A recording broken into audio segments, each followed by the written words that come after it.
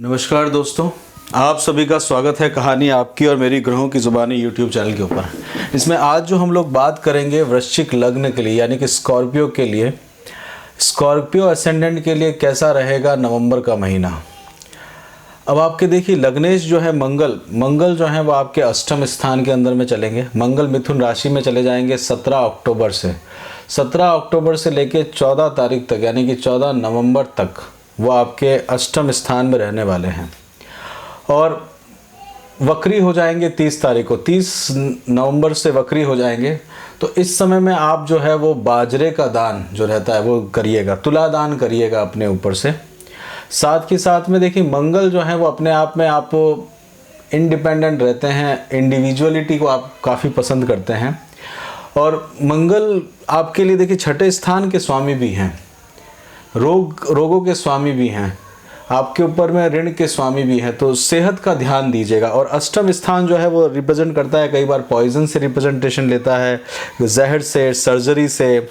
और लग्न के अंदर में जो है लग्न के अंदर में अष्टम राशि का आ जाना कई बार लगा देता है, एक्सीडेंट कर देता है, छोटी मोटी बीमारियों को साथ में आपको ग्रसित करके रखता है। तो वो सावधानी रखने की आवश्यकता है। अष्टम स्थान जो होता है वो एक तरह से तांत्रिक विद्याओं की तरफ भी रहता है, जो आपका इंटरेस्ट आपको बना हुआ रहता है। तंत्र मंत्र की विद्याओं में भी आपको इंटरेस्ट रहता है, तो वहाँ पे आपको लेके जाएगा। अष्टम स्थान अपने आप में आपके इन लॉज के परिवार से संबंधित भी रहता है। वहाँ पे भी आपको रहेगा, शत्रुओं से रहता है, चिंता रहती है, गुप्त रोगों का विकार रहता है, विदेश जाने का मौका रहता है। विदेश भी जाइएगा तो वायु के साथ जाइएगा, मतलब हवा में यात्रा करते हुए, एरोप्लेन वगैरह के थ्रू, जल के थ्रू जाइएगा। रोड के अंदर में आपको थोड़ा सा रिस्क रहता है। यहाँ पे आप देखिए मंगल जो है आपके उच्च के होते हैं तीसरे स्थान के अंदर में और उसकी दृष्टि अष्टम दृष्टि पड़ती है सूर्य। तो मंगल और सूर्य की मित्रता रहती है। सूर्य भी इस समय में डेबिलेटेड होंगे, मतलब बाहर की दुनिया के अंदर में आपको मान सम्मान के प्रति जो है वहाँ पे थोड़े चेंजेस आएंगे। इस समय में आप क्या करिएगा, सूर्य के मंत्र कर सकते हैं। देखिए सूर्य जो है 18 तारीख से 18 अक्टूबर से लेके 16 नवंबर तक का समय सूर्य आपको कठिनाई में डालेगा। बार लोक व्यवहार के अंदर में आइसोलेशन सा करने का कोशिश करेगा। 14 डिग्री से 30 डिग्री की तरफ में रहेंगे। तो उस समय में ये समय आपका रहेगा कि मान सम्मान को बचा के रखें। 12वां स्थान है शुक्र की राशि के अंदर में। शुक्र जो है आपके लिए सप्तम स्थान का स्वामी और शुक्र जो है वो आपके लिए देखिए शादी और विवाह का कारक भी रहता है। और अष्टम स्थान जो रहता है वो अपने आप में मंगल सूत्र से रिलेटेड भी रहता है। और एक तरह का आप देखेंगे तो शुक्र की राशि आपके सप्तम में आती है और शुक्र की राशि आपके 12वें में आती है, जो बेडरूम से रिलेटेड होती है और साथ के साथ में स्पाउस से भी रिलेटेड सेम रहता है। परंतु मंगल जो है वो बॉसी तरह का है, मतलब आप जो है मंगल जो है वो बहुत एक तरह से अपने आप में डोमिनेट करते, तो हेल्दी रिलेशनशिप बनने नहीं देता। तो शुक्र के उपाय उस समय में आप करिएगा। आपके स्पाउस मंगल के द्वारा आप अपने आप को समझने का कोशिश करेंगे तो आपके लिए बेहतर रहेगा, अदरवाइज आप अपने रिलेशनशिप को खराब कर सकते हैं। शुक्र का 12वें स्थान में काल पुरुष की कुंडली में जाते हैं तो राजयोग बनाता है, तो ये एक तरह का आपको राजयोग भी बना के देगा।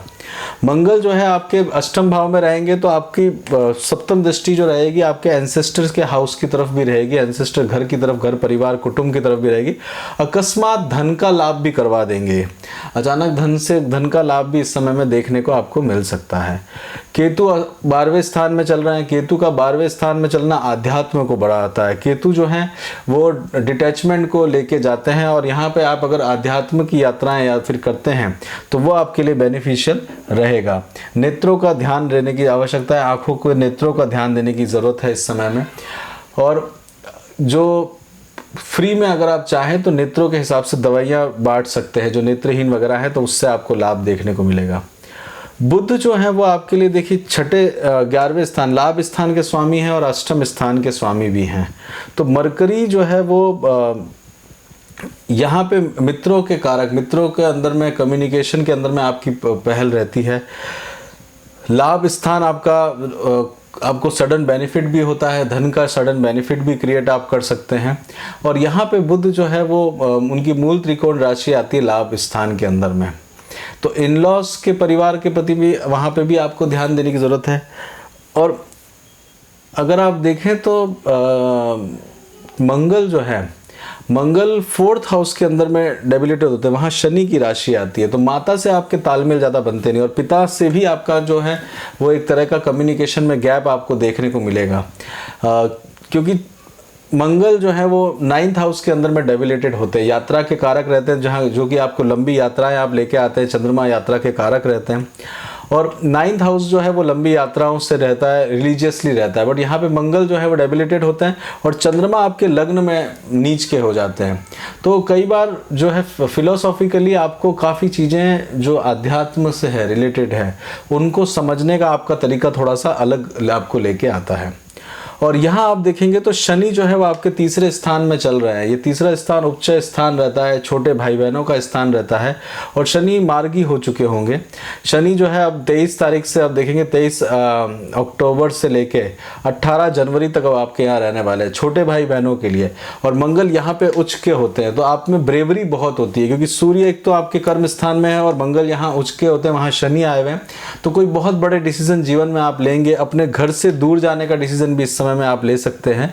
और शनि का यहाँ पे रहना मतलब अपने आप में धनिष्ठा नक्षत्र में, मंगल के ही नक्षत्र में शनि का ये गोचर रहने वाला है। गुरु आपके मित्र हैं मंगल के, और गुरु आपके लिए घर, परिवार, कुटुंब, धन के कारक हैं, और आपके लिए संतान के कारक है। संतान को आप बहुत अच्छे से रखते हैं।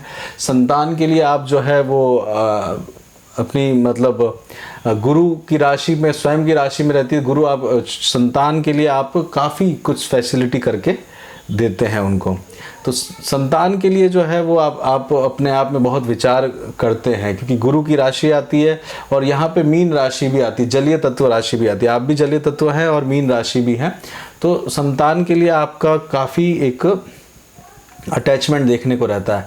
गुरु का यहाँ पे रहेंगे तो देखिए गुरु जो है वो इस समय 22 वक्री अवस्था में चल रहे हैं मीन राशि में, और 23/11 को इस महीने अंतिम वो वक्री अवस्था में चलेंगे। उसके बाद वो मार्गी हो जाएंगे, तो मार्गी होते ही वो आपको लाभ देते हुए जाएंगे, तो उनकी एक दृष्टि बनी हुई है। तो ये जो थोड़ा सा समय आएगा 23 तारीख वाला, वो आपको थोड़ा सा दिक्कत लेके आएगा जब मंगल वक्री होंगे।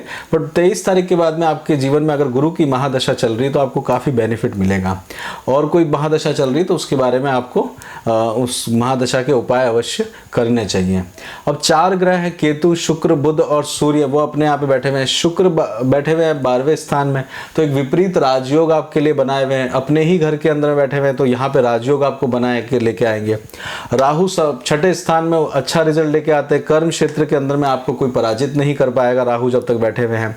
तो राहु में आपकी बात को कोई टाल नहीं सकता। कर्म क्षेत्र में, परिवार में आपकी बात को कोई टाल नहीं सकता, क्योंकि राहु की दृष्टि वहाँ पे बनी हुई है। और यहाँ पे 6ठे स्थान में रोग, ऋण, शत्रुओं के स्थान के अंदर में राहु बैठे हुए, तो शत्रु आपके सामने बहुत अधिक टिक नहीं इस समय में पाएंगे। चलिए चंद्रमा की पोजीशन से समझते हैं। चंद्रमा जो है वो 1 तारीख को मकर राशि के अंदर में रहेंगे, आपके तीसरे स्थान में रहेंगे। यहाँ पे मंगल आपके उच्च के होते हैं। यहाँ पे आप अपने पराक्रम से कार्य करने का कोशिश करेंगे। साथ के साथ में ये समय जो रहेगा आपके एफर्ट्स का समय रहने वाला है। माता पिता की सेहत से रिलेटेड माता पिता के लिए आप ये काम करते हुए दिखेंगे। 2 और 3 तारीख को चंद्रमा चतुर्थ स्थान में चले जाएंगे। माता से बहस ना करिएगा इस समय में आप अपने